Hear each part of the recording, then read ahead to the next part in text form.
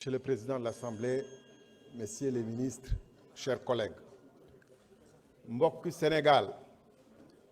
dañu woote session extraordinaire non pas pour yokk transparence ci réew mi mais pour wéyal procès bi nga xam ne depuis que féewaloo am ci Pastef ñu ngi koy def contre le président de la République loolu rek moo waral ñu taxaw fii procès contre une personne.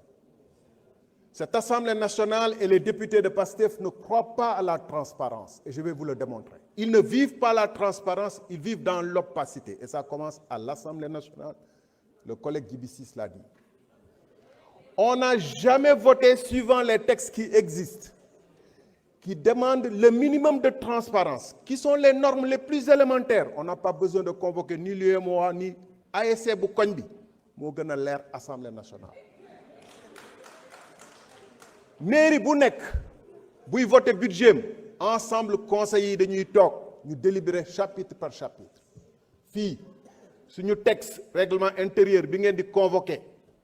dafa ne article 21 et article 34 naka la ñu woy voter suñu budget mu war a jaar commission des finances questeurs yi toog ñu wax ñun lan lañ ci bëgg lan lañ ci namm ñu bañ ko bàyyeel président ak bureau loolu musul am commission de contrôle war a xam naka la dépense yi di demee ñu war a am pièce yëpp musul am ngeen yàgg fi taxaw ñu fi nekkoon 14e législature loolu mooy cohérence ñu fi nekkoon 14e législature yàgg fi taxaw di mbamb président assemblée nationale ci fonds politique yi et ci que nu ñu wootewul budget wu assemblée nationale nu mu waree ASC bu ci koñ bi sax moo ñu gën a leer tey jii nii assemblée nationale di am ay fonds commun ñu jëndal ñu ay oto yoo xam ne ñun jugaluñ ko ci suñu budget te ñun ñooy voté texte yi agence sañul directeur général agence sañul def lu conseil d'administration bi tëralul sañul def li nga xam ne dëppoowul ak suñu loi d'orientation benn mairie sañu ko def ñun assemblée nationale ñu sañu am budget boo xam ne ñeenti ligne la wala juróom bu président neexee ne moom mooy maye ay billet Makka buy dem ci fu muy dem jëlay enveloppe yëkkati kenn xamul nu mu demee mu koy def ni mu ko neexee di jëlay fonds politique di ci dund ngeen taxaw nii da ngeen bëgg Bassirou Diomaye Diakhar Faye mu def lu jub yéen war ngeen taxaw jàkkaarloog Sénégal yi ne da ngeen bëgg lu leer du dëgg gëmu leen ko fii ngeen taxaw di nii dañuy woote ay commission d'enquête parlementaire parce que nangam sangam parce que alalu Sénégal ma taxaw fi depuis plus d'1 an ni leen suñu alal mu ngi ñu ngi koy randal ngeen di jàppale ki koy randal bu ma fi yëkkatee affaire Azer ngeen kokkali am ku fi taxaw ni man affaire Azer bi dina ma électrocuté mu ngi fii léegi la fi jóge mu ne affaire bi dina ma électrocuté di ma xoxatal man député pour ba ma yëkkati luubal googu ak càcc googu nga xam ne xam ngeen ñu sàcc suñu xaalis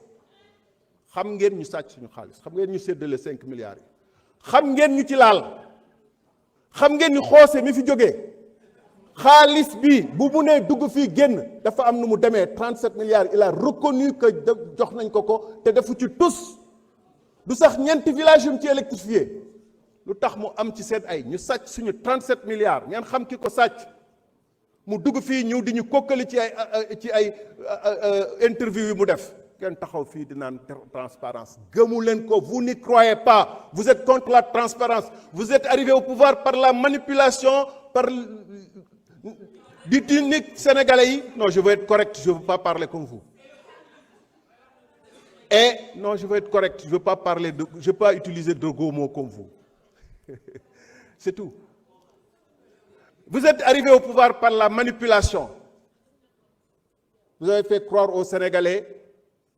qu'un salon de coiffure peut avoir un agrément. Et alors, quand vous arrivez ici, vous êtes obligé de gérer dans la manipulation, de vivre dans la manipulation, dans la tromperie, dans la supercherie. Parce que ce que vous exigez de Bassirou Diomaye Diakhar Faye, si vous l'aviez exigé du président de l'Assemblée nationale, du Premier ministre, on ne serait pas là aujourd'hui. Tous les deux ont acquis des véhicules. Le président de la République a plus de 900 millions, le véhicule qu'il conduit. Le Premier ministre a acquis un parc de véhicules. Le Premier ministre a retapé le Petit Palais. Il s'est mis à ses aises. Le président de la République a pris 2 palais. Et il gêne la circulation des Sénégalais quand il fait 2 jours à l'autre petit Merci palais. beaucoup. Amin Ndiaye, vous avez la parole. Anta Babacar Ngom se prépare.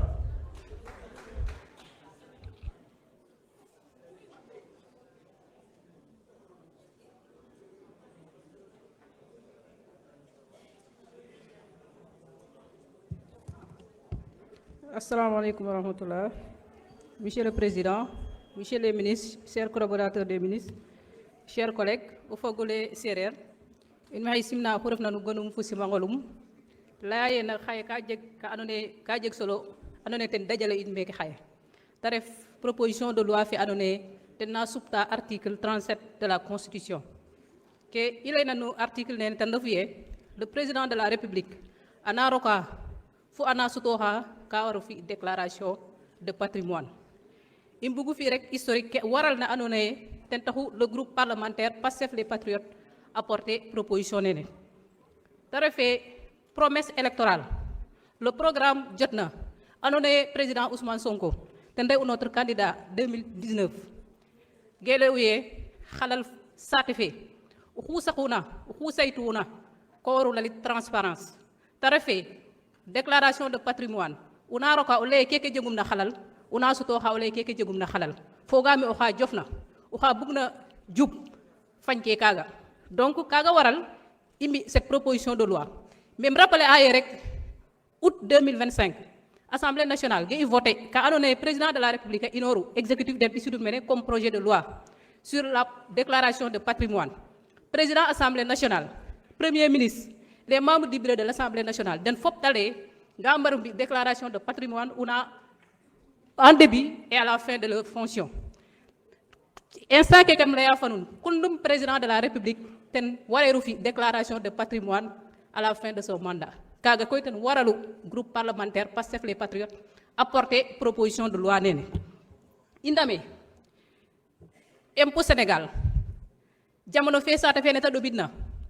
ka fa xu andone ko joxel xalal sata fe u adinu jof nuke andone tenu fiya taref ka andone ka jeg solo ila ye koy ye isit na proposition de loi o andone ten président de la République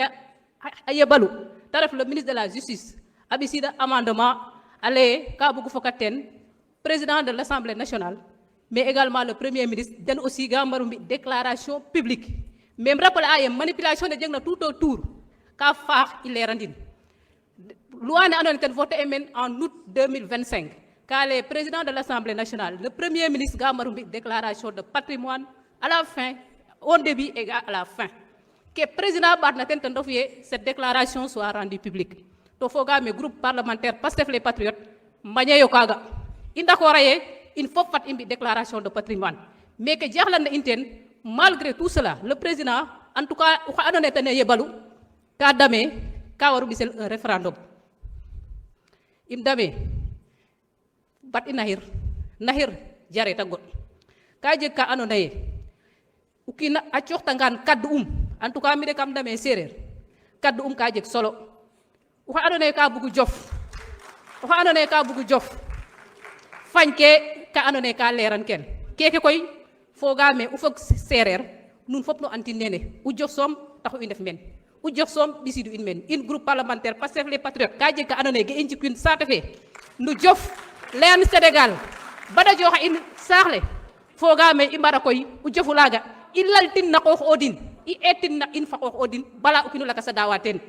ma koy wax nak à qui veut l'entendre moi Amy Ndiaye député de Pastef du département de Fatick je ne serai jamais un traître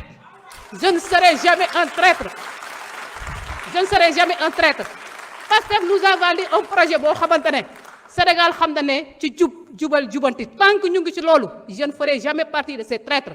sama deret moo ma ko mayul maa ngi sant ñëpp di leen. Merci, honorable. La parole est à notre collègue Anta Babacar Ngom. Papa Taïrou Sarr se prépare.